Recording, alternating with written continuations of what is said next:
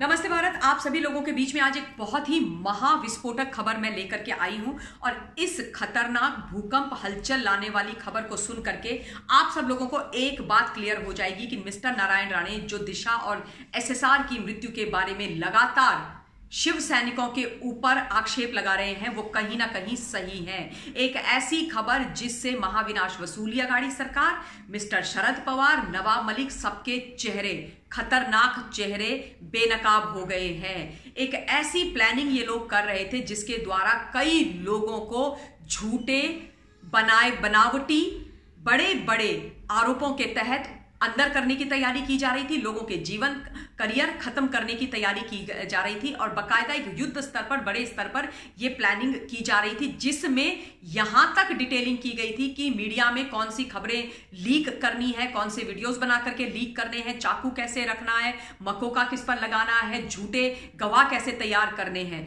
बहुत ही विस्फोटक खबर है, खतरनाक खबर है और खबर एकदम पक्की है क्योंकि ये मैं नहीं दे रही हूं अपितु महाराष्ट्र के पूर्व मुख्यमंत्री और अभी जो एलओपी हैं भाजपा के सीनियर लीडर देवेंद्र फडणवीस जी ने दी है फ्लोर ऑफ द हाउस में निवेदन। वीडियो को अंत तक देखकर अपना पॉइंट ऑफ व्यू मुझ तक पहुंचाइएगा। हिंदुस्तान कल एक बहुत बड़ा भूचाल आया, शर्मनाक चिंता पैदा कर देने वाला भूचाल भारतवर्ष की राजनीति में, महाराष्ट्र की पावन धरती से, जब एलओपी मिस्टर देवेंद्र फडणवीस जी ने 29 पेन ड्राइव्स स्पीकर महोदय के हाथ में पकड़ाते हुए ये बोला कि इसके अंदर 125 घंटे की रिकॉर्डिंग है और उस रिकॉर्डिंग के अंदर ये प्लानिंग चल रही है कि किस प्रकार से मिस्टर फडणवीस और उनके बाकी साथियों पर खतरनाक से खतरनाक आरोप लगा करके, सारे झूठे आरोप लगा करके, फैब्रिकेटेड आरोप लगा करके उनके करियर और उनको खत्म कर दिया जाए।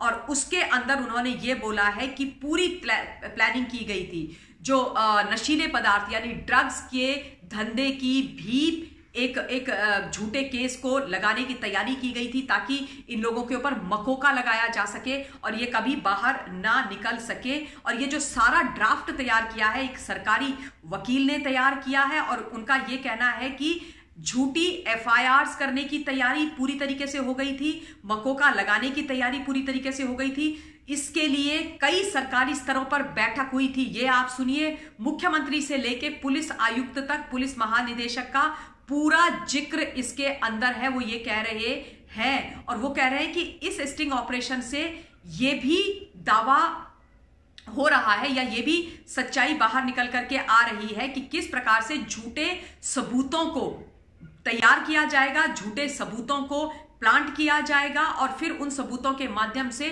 झूठी खबरें मीडिया के अंदर प्लांट की जाएंगी और ये जो तमाम चीजें हो रही होंगी वो वहां पर होंगी जहां पर कहीं पर भी किसी भी प्रकार के कैमरे ना हो। ये एक बहुत ही खतरनाक पिक्चर सामने निकल करके आ रही है एमवीएस सरकार की। यानी अभी तक वहां पे चाहे दिशा का मामला हो, एसआर का मामला हो, एसएसआर का मामला हो या फेक टीआरपी का मामला हो, वो सारे इनके प्लान्ड चीजें थी और इन सब चीजों की बहुत गहराई से, सब मामलों की बहुत गहराई से इन्वेस्टिगेशन होना बहुत जरूरी है। मिस्टर फडणवीस कहते हैं कि उनके साथ साथ चंद्रकांत पाटिल, गिरीश महाजन, जयकुमार रावल, सुभाष देशमुख, सुधीर और उसके चंद्रशेखर बावनकुले आदि लोगों को निशाने पर लिया गया था कि कैसे इन सबको खत्म किया जाएगा और इससे क्या फायदा होगा लोगों का और सरकार का। और ये भी बताया गया है, ये भी जिक्र है इन 125 घंटों के अंदर कि किस प्रकार से अनिल देशमुख ने न केवल तबादले और उगाही से अपितु अन्य स्रोतों से भी इलीगल पैसा कमाया था।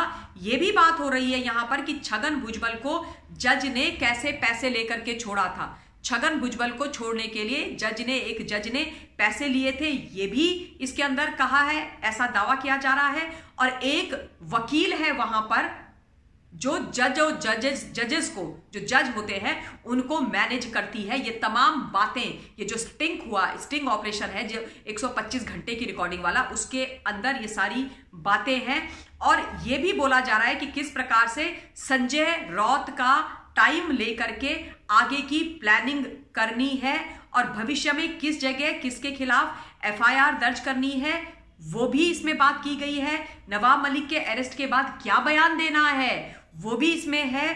और मिस्टर फडणवीस को कैसे फंसाया जा सकता है, रश्मि शुक्ला के मामले में क्या राय देनी है, ये सारी चीजें यहां पर इस स्टिंग ऑपरेशन में बोली गई हैं। लोगों की चीजें बाहर निकल करके आई हैं और वो कह रहे हैं कि किस प्रकार से इसमें तमाम शरद पवार, नवाब मलिक और सरकार का हाथ है। ये एक बहुत ही खतरनाक और बहुत ही चिंताजनक विषय सामने निकल करके आया है। मैं इसको जब से मेरे समझ में ये बात आई है तो मुझे लगा है कि ये देखिए आप, ये है सच्चा स्वरूप एमवीए का, और ये कर रही है सरकार सत्ता के नाम पर जनता का मैंडेट का दुरुपयोग करके वहां पर बैठी हुई ये दंभी झूठी सरकार। और उसके अलावा उन्होंने ये भी बात बोली है कि जो तमाम साजिश रची गई हैं उसमें सबसे बड़ा इनका जो प्लान था वो मकोका लगाने का था। और ये मकोका लगाने का प्लान ऑब्वियसली इसीलिए था ताकि पूरे का पूरा खेल बदल जाए। और उसमें यह भी बात की गई है कि मुंबई के पुलिस कमिश्नर को क्यों बदला गया, यानी कि संजय पांडे को कैसे पुलिस कमिश्नर बनाया, क्यों बनाया गया, किस प्रकार से वो तैयार हुए बनने के लिए, ये सब तमाम चीजें हैं इस स्टिंग ऑपरेशन में। इन 29 जो पेन ड्राइव्स दी हैं मिस्टर देवेंद्र फडणवीस ने स्पीकर को कल फ्लोर ऑफ द हाउस में।